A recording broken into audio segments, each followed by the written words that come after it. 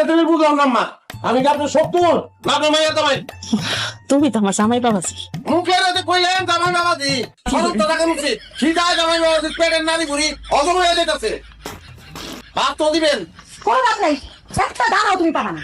আজকে দোকানে যা ঘটাইছো তারপর আবার বাচ্চা, হ্যাঁ? তোমার না খাওয়ায় রাখতে রাখতে তোমার শরীরের শক্তিও কমাইতে হবে, তারপর তোমার গলার মাইকটার শক্তিও কমাইতে হবে। মাইকটা কমবে না।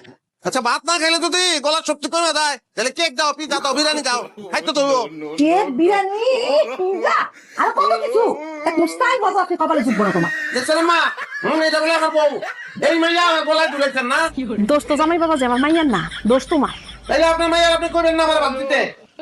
জামাই বাবাজি, আমার মাইয়ের উপরে কথা কোন নিষেধ আছে। দেখছোস মা, দেখলা?